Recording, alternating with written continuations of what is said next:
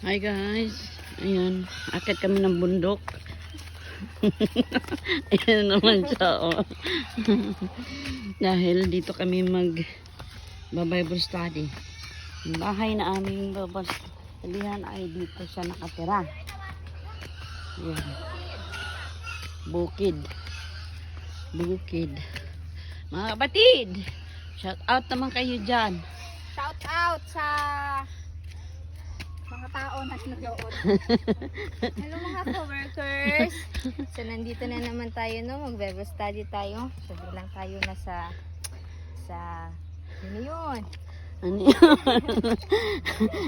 Nasa field. Ayan. Mga ka-workers. Para kay Lord. Mayroong mga mais. Alam natin na mahirap. Alam natin na hindi natin kaya. Pero sa para kay Lord, go, go, go. Yes. Ayan, may kambing.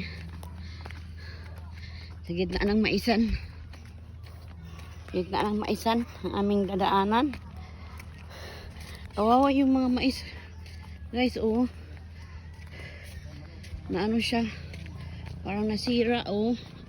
Ang liit ng kanyang mga bunga. Ayan, oh. Ang dami sana. Liit ng kanyang mga bunga lang. At parang kinain siya ng mga insekto ba? Ayun na yung mga kasama ko. Saan kaya yung puntahan? Hiningal na ako, guys.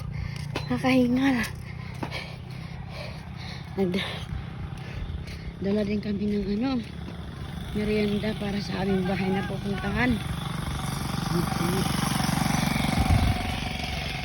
Nagluto si Pastora ng hot cake para sa aming bahay na pupuntahan.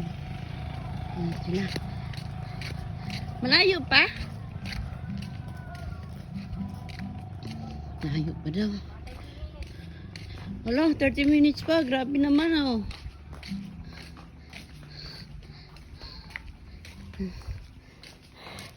Hello po, magandang hapon. Ayan. Ano na? Ang ganda ng flower mga